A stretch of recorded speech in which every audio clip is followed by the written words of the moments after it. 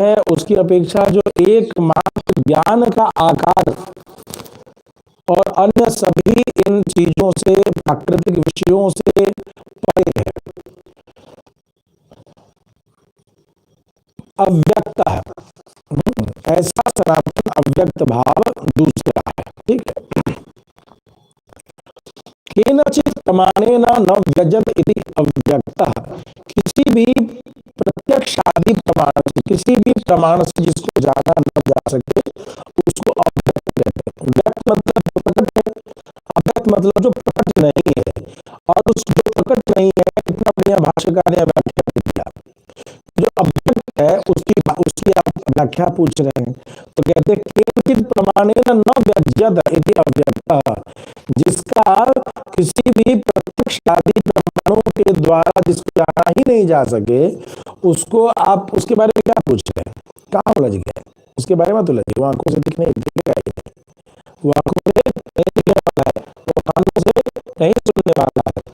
स्वसंवेद्य साधारण का अतः अभिप्राय किया अव्यक्त जो है स्वसंवेद्य है और असाधारण रूप का है। स्वसंवेद्य अपने द्वारा ही अनुभूत करने योग्य है, ऐसा स्वसंवेद्य।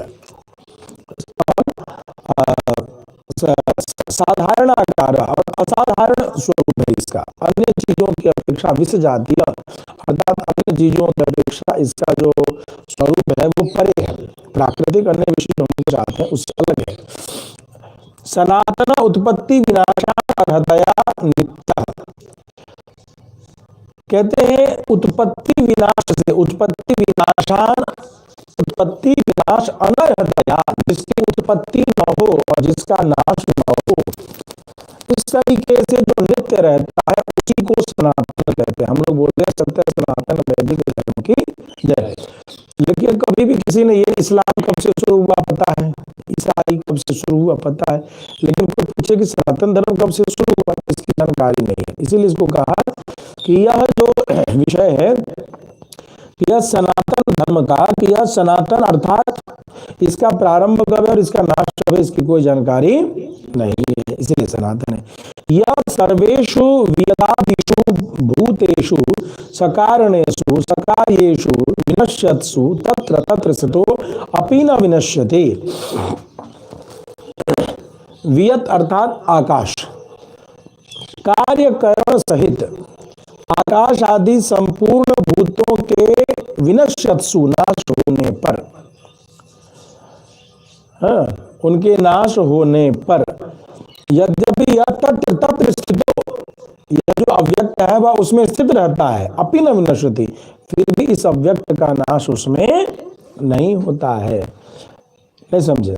जैसे पंचभूत है ना, पृथ्वी है, अग्नि है, तेज अग्नि, आकाश है, जल है और वायु है। इन पांचों तत्वों से शब्द स्पर्श रूप रस गंध इनका हम लोग भोग करते हैं। तो इन आकाश आदि तत्वों का भी नाश हो जाता है, लेकिन इस आकाश के भीतर जो उपस्थित तत्र तत्र स्थित, उसके भीतर जो उपस्थित अव्यक्त है उसका नाश नहीं होता है। उस परिस्थिति में भी उसका नाश नहीं होता है। इसीलिए उस जड़ प्रकृति रूप अव्यक्त से श्रेष्ठ दूसरा सनातन आत्मा रूप अव्यक्त भाव है, वह सब भूतों के नष्ट होने पर भी नष्ट नहीं होता। अर्थात जब उपनिषद को हम पढ़ेंगे, जब वेदांत के ज्ञान को हम पढ़ेंगे, तो उसमें अव्यक्त शब्द से दो अव्यक्त का वर्णन हो रहा होगा। यहाँ क्या है? भावो अन्यो अव्यक्तो अव्यक्ता, एक अव्यक्त से दूसरे अव्यक्त को श्रेष्ठ बताया जा रहा है।